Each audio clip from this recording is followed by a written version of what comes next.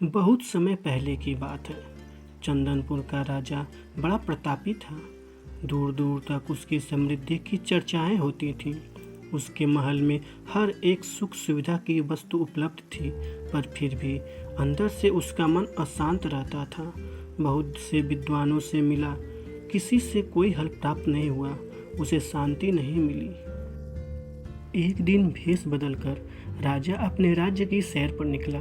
घूमते घूमते वह एक खेत के निकट से गुजरा। तभी उसकी नज़र एक किसान पर पड़ी। किसान ने फटे पुराने वस्त्र धारण कर रखे थे और वह पेड़ की छांव में बैठकर भोजन कर रहा था। किसान के वस्त्र देख राजा के मन में आया कि वह किसान को कुछ स्वर्ण मुद्राएं दे दे, ताकि उसके जीवन में कुछ खुशियां आ पाए। राजा किसान के सम्मुख जाकर बोला, मैं एक राहगीर हूँ। मुझे तुम्हारे खेत पर ये 4 स्वर्ण मुद्राएं गिरी मिली। चूंकि यह खेत तुम्हारा है, इसलिए ये मुद्राएं तुम ही रख लो। किसान, ना ना सेठ जी, ये मुद्राएं मेरी नहीं हैं। इसे आप ही रखें या किसी और को दान कर दें। मुझे इनकी कोई आवश्यकता नहीं। किसान की यह प्रतिक्रिया राजा को बड़ी अजीब लगी। वह बोला, धन की आवश्यकता किसी नहीं होती। भला आप लक्ष्मी को ना कैसे कर सकते हैं? सेठ जी, मैं रोज 4 आने कमा लेता हूँ और उतने में ही प्रसन्न रहता हूँ। किसान बोला, क्या आप सिर्फ 4 आने की कमाई करते हैं और उतने में ही प्रसन्न रहते हैं? यह कैसे संभव है? राजा ने अचरज से पूछा। सेठ जी, किसान बोला, प्रसन्नता इस बात पर निर्भर नहीं करती कि आप कितना कमाते हैं या आपके पास कितना धन है। प्रसन्नता उस धन के प्रयोग पर निर्भर करती है। तो तुम इन 4 आने का क्या क्या कर लेते हो? राजा ने उपहास के लहजे में। किसान भी बेकार की बहस में नहीं पड़ना चाहता था।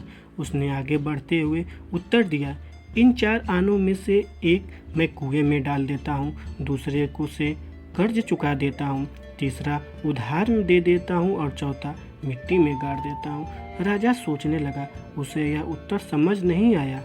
वह किसान से इसका अर्थ पूछना चाहता था, पर वो जा चुका था।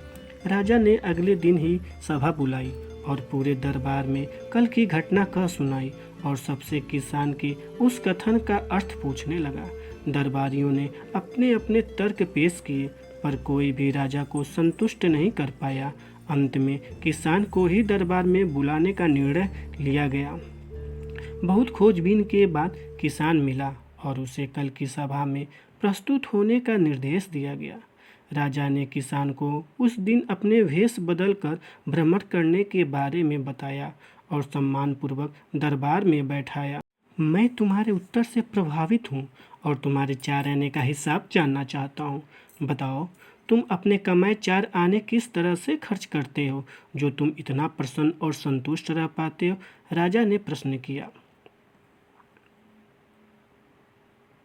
किसान बोला, हुजूर, जैसा कि मैंने बताया था, मैं 1 आना कुएं में डाल देता हूँ, यानी अपने परिवार के भरण पोषण में लगा देता हूँ।